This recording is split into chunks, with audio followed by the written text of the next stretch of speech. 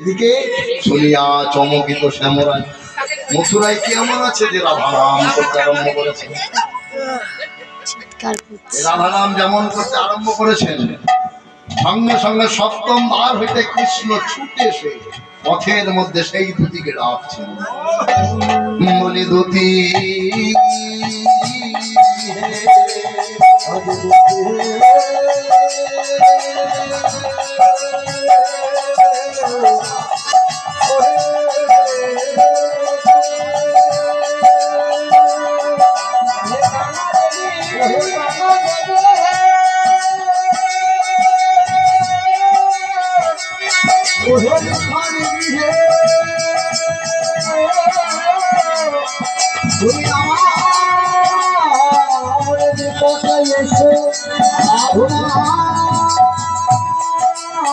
সকল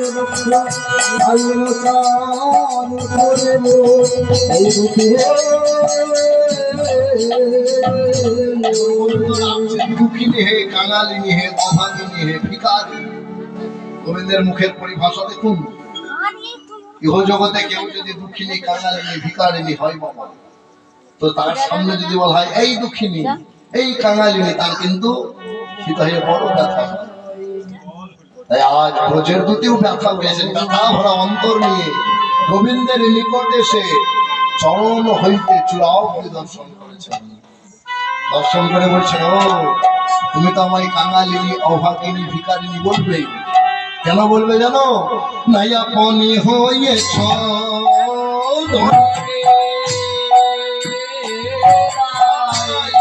মরে কাঙালিনী, হয়েছ ভরে কাঙালে শুনিয়া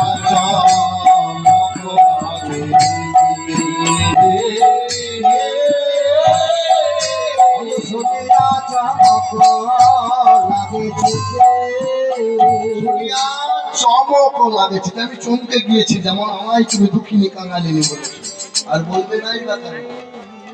তুমি তখন রাজা হয়েছো মথুরায় এসে, বলি যেই হয়নি পোমরে কাঙালের ধনী করে, হয় বিপরে কাঙালের ধনী করে,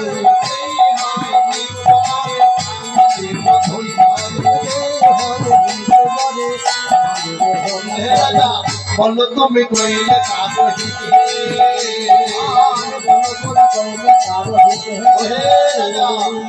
যে হয় নিপুবরে কাঙালেরও ধনী করে। নিপুবর শব্দের অর্থ হচ্ছে রাজা। তুমি যখন রাজা হয়েছো, তাহলে কাঙালকেও ধন দান করে ধনী করেছো।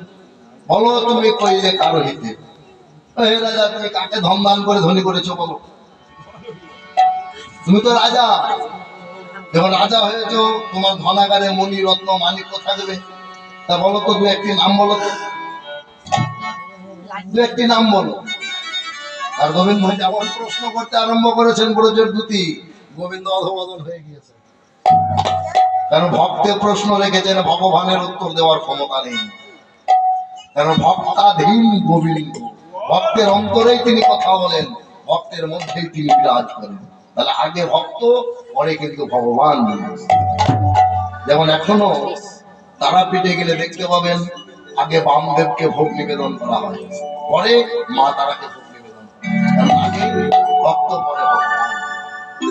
যেমন সুদামাকে আগে সুদামা খেয়েছেন, পরে কৃষ্ণকে দিচ্ছেন। কেন? কংস রাজা বড় দুষ্ট। সেই বিষের মধ্যে, আমের মধ্যে যদি বিষ প্রয়োগ করে থাকে, তাহলে তুই যদি সেবা করি ভাই খানায়, তুই মরে গেলে আমরা তোকে ফিরাতে পারবো না। কিন্তু আমরা যদি মরে যাই বা পান ত্যাগ করি, তুই কিন্তু আমাদের বাঁচিয়ে দিবি। কেন? তুই তো বাঁচিয়েছিস ওই কালী দহের যেদিন আমরা জল পান করে অচেতন হয়ে গিয়েছিলাম, সেদিন তুই তো বাঁচিয়েছিলিস কামাই। তাই হে রাজা, বলো তুমি কইলে কার হিতে, তুমি কাকে রাজা করেছো বলো। আর আমাকে কি বললে? কাঙালিনী, অভাগিনী, দুঃখিনী, ভিখারিনী। শোনো, আমি যাবে কিং করি তার,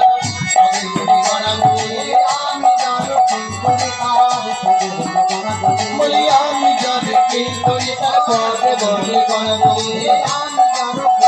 কার খোঁজে মনি গড়া বলি মণিগণে মুনি ভালো চিনি রাজা, আমি যার কিং করি, আমি যার দাসী, তার পদতলে মুনি গড়াগড়ি যায়।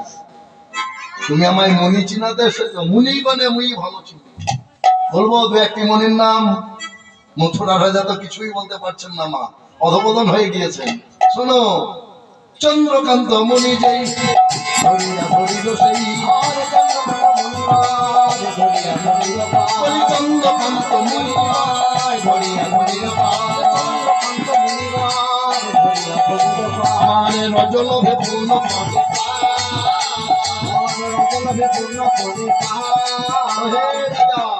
চন্দ্রকান্ত মুনি, সেই মুনি কি করে? ধরির 10 নখ বড় অঙ্গুলিতে বিরাজ করে। তাতেও স্বাদ মেটে না। সেই স্বাদ মেটার জন্য পদে গিয়ে আবার 10 নখ অঙ্গুলিতে বিরাজ করে। তাহলে চন্দ্রকান্ত একটি মণি। আর বলবো সূর্যকান্ত মণি,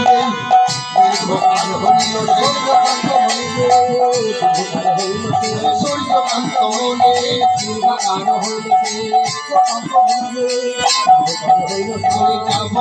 চলাতে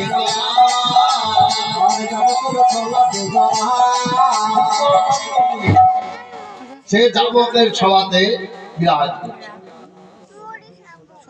আরেকটি নাম বলবো, বলে আরে মনি নীলকান্ত,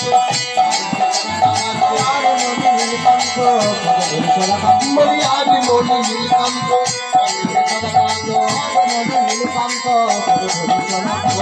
তবু পদ নাহি ভরসা।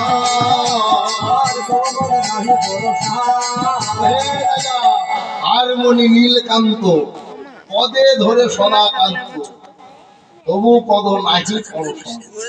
সেই নীলকান্ত মুনি যখন কাঁদতো, তার মুখের পরিভাষা কি ছিল জানেন? তার মুখের পরিভাষা